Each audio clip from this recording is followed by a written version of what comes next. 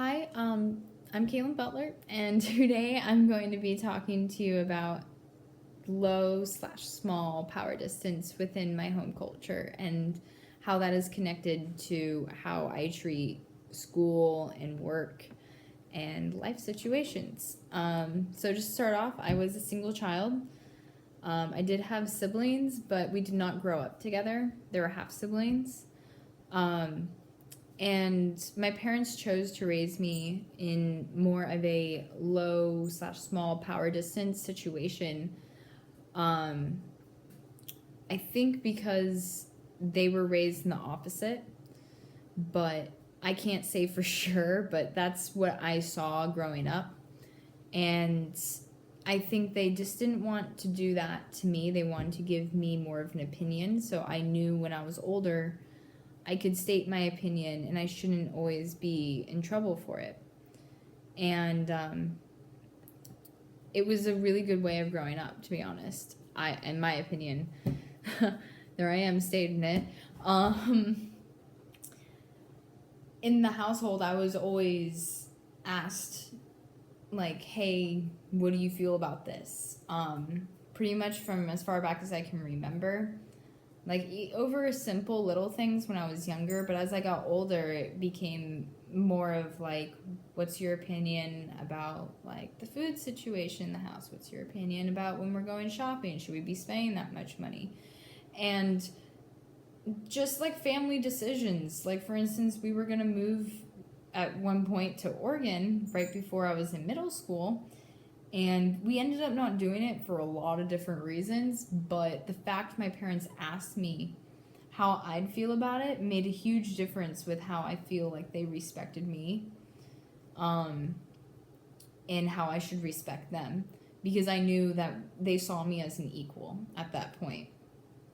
And the fact that I know my parents see me that way, I feel open to telling them anything, really. And a lot of people think that's weird, and I also feel open talking to them as if they're like just another person the same age as me, the same point in my life as me, and whether they give me advice or not, it's okay. I don't care because we see each other as that. As I got older, when I was a teenager, they started doing the whole money thing more with me. Like, they'd have me like walk around the shopping cart and figure out, hey, like, what do you think about this? And I'd make the decision about like what food we're getting.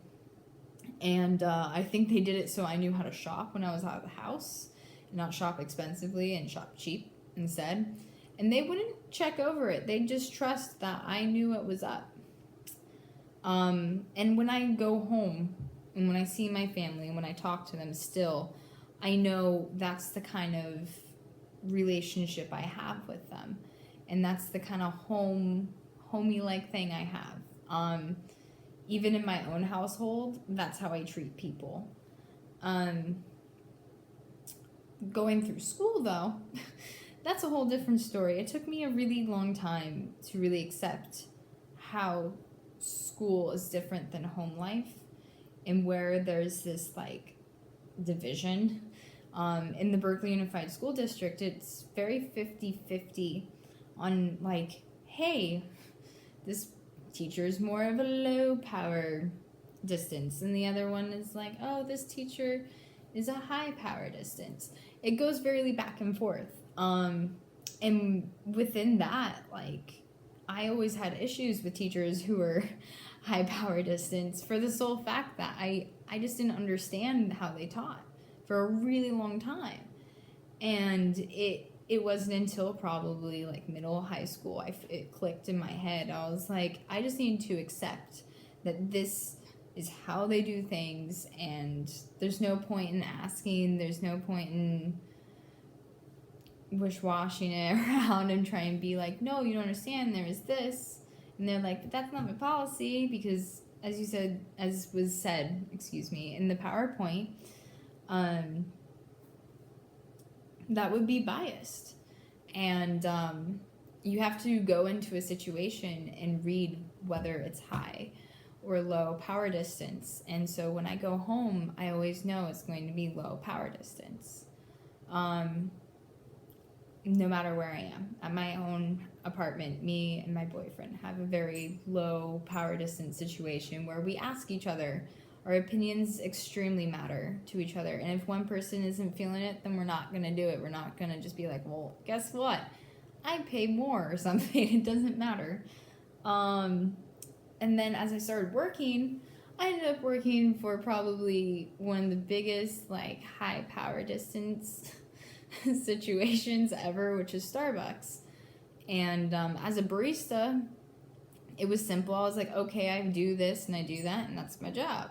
And then I went up and I became a shift manager, and with that, I had like the power in that situation. And it was so weird because I didn't like just telling people things without their opinion, and it's because of my home culture. If it weren't for that, if I was raised in a high power distance situation, I probably would have clicked with that easier. And for instance, I still sometimes ask people, hey, would you rather do this or that? Because I don't care. I want you to choose so you feel comfortable doing it. Most of the time, a barista will look at me and be like, well, this is kind of what you need to make the decision of, because that's what they're used to. They're very strict by, like, you follow this, you follow that, you follow this. But yeah, if it weren't for that home culture I grew up in, it would have been a lot different for me. And I'm happy I grew up in it, and I have adapted. And that is all.